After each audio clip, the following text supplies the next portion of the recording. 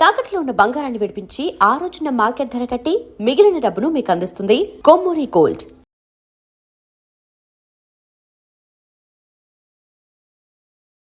కాలాలను cinema వచ్చిందో మీ image ఒక్కసారిగా blast అయిపోయింది, బాంబు వెళ్ళినట్టు. అదేంటి అసలు, అది ఎలా? ఏం లేదు సార్, ఇంకొక అసలు ఆ ముక్కాల పాటలో అప్పటి వరకు ఉన్న మనో కనిపించలేదు, అవును, ఇంకో మనో కనిపించారు. ఏమి ఆ ఎక్స్పెరిమెంట్ ఏంటి, దాని వెనకున్న కథ ఏంటి? రహమాన్ గారు స్టూడియోలో ఫస్ట్ సింగర్ సార్ నేను. ఆయన కీబోర్డిస్ట్గా ఉన్నప్పుడు 200-300 పాటలు.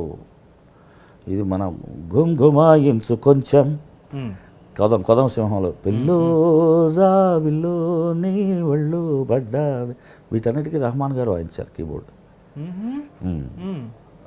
దిలీప్ నేమ్తో ఆయన స్టూడియో పంచతన్ రికార్డింగ్ సెంటర్. ఆయన కట్టక ముందు నుంచి మంచి ఫ్రెండ్, నాకన్నా చిన్నోడు. 6 months 10 months 1 year లోపు మాకు డిఫరెన్స్. సో చాలా ఆప్యాయత ఉండేవాళ్ళం.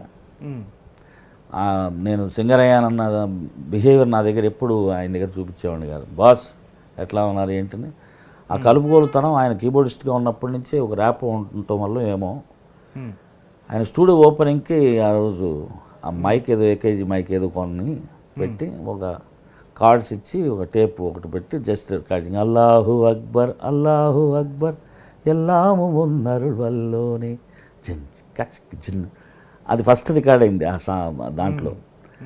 దాని తర్వాత ఆయనకి జింగిల్స్, నేను మెయిల్ వాయిస్, నేను మాల్గుడి శుభ వచ్చేసి ఫిమేల్ వాయిస్ ఉంటే తను శుభ గారు. అట్లాగా మాకు ఆయనతో అనుబంధం. రోజాలో వినరా వినరా దేశం మనదేరా తెలుగు నేను పాడాను, హరిహరన్ గారు హిందీలో పాడారు, తమిళ్లో పాడారు. సో అట్లాగా ఆయన ట్రావెల్లో నేను ఫస్ట్ నుంచి ఉన్నానండి. ఓకే.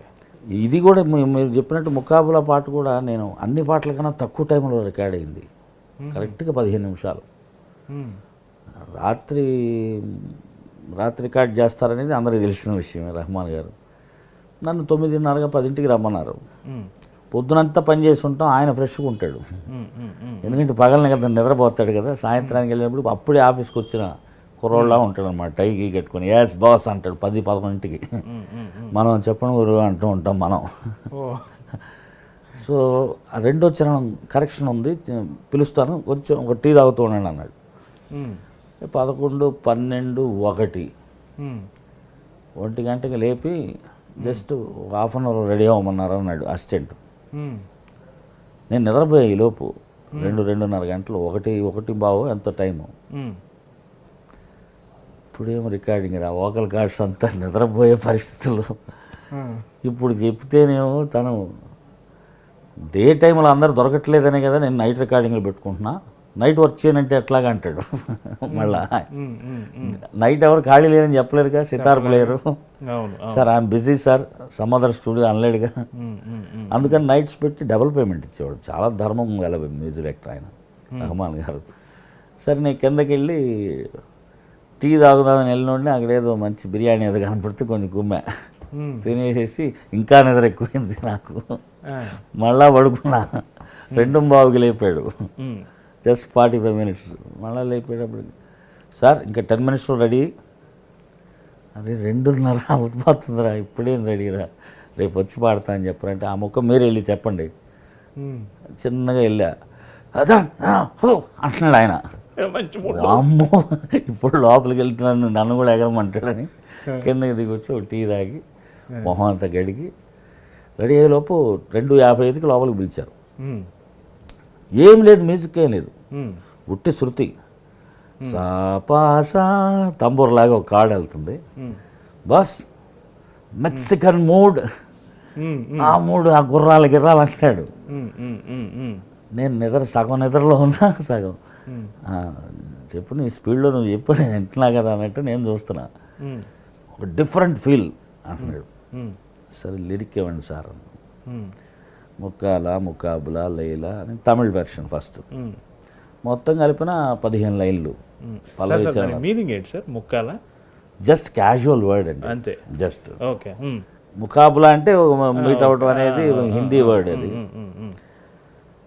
ఒక రైమింగ్ కోసం వేశారు వాలి గారు, మహానుభావుడు. ఎంత గొప్ప రైటర్ అండి ఆయన, ఎంత గొప్ప కవితలు ఆత్రేయ గారు లాగా, అవును, తమిళ్లో సముద్రాల గారు లాగా రాయగలరు, ఇట్లాంటి పాటలు కుర్రాళ్ళలాగా రాయగలరు.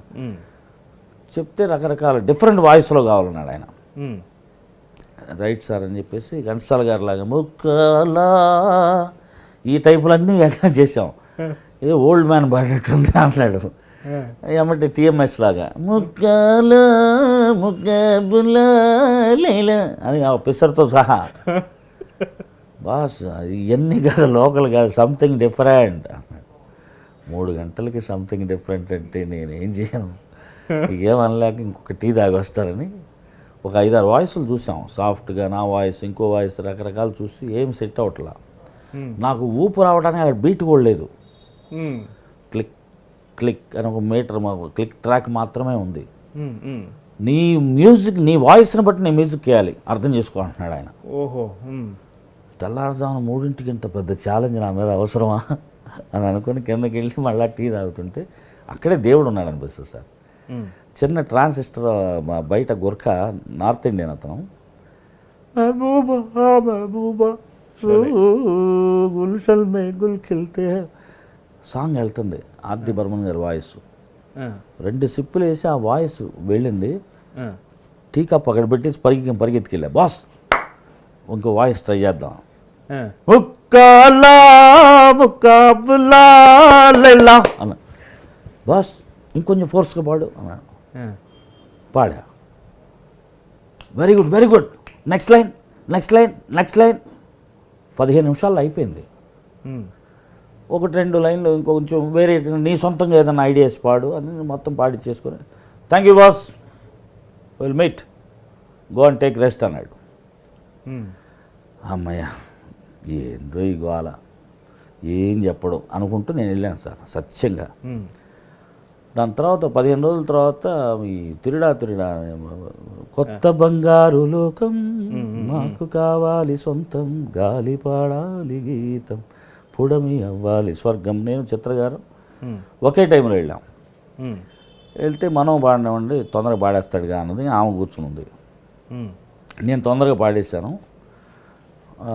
ఇద్దరు కొంచెం వెయిట్ చేయి, చిత్రగారి పోర్షన్ అయినాక 2 వినేసేసి ఎనీ కరెక్షన్స్ చేసి వెళ్తారు. కానీ ఈలోపు ముఖాల పాడారు కదా మొన్న, అది కింద స్టూడియోలో వెళ్ళండి బాస్ అని అన్నాడు.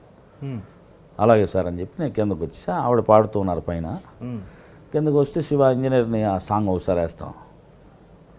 సత్యంగా సార్ నేను వినగానే ఒక్కసారి నేను స్టన్ అయిపోయా అతని ఇమాజినేషన్కి. ఒక క్రియేటరు ఎట్లా, కంపోజరు ఒక్కొక్కళ్ళు ఎట్లా ఉంటారు, ఒక ఫ్రేమింగ్లో కంపోజ్ చేసి దాంట్లోనే మెలోడీలోనే భావాన్ని కూడా మిక్స్ చేసి కంపోజ్ చేయగలిగిన ఇళయరాజా గారిని చూశాను. ఒక ఆర్టిస్ట్కి ఫ్రీడమ్ ఇచ్చి అతని దగ్గర నుంచి లాక్కొని దాన్ని ఇన్స్పిరేషన్గా తీసుకొని మ్యూజిక్ చేసే రహమాన్ గారు లాంటి కంపోజర్ను చూసా. ఏదో ఒక అద్భుతం అది. నేను అది విన్నది 50%. దాని తర్వాత చేంజ్ చేస్తే మళ్ళీ ఒక 2 months తర్వాత వేరే ముకాబులా విన్నా, లాస్ట్లో రిలీజ్ అవ్వబోయేది. అన్ని చేంజెస్ అండి.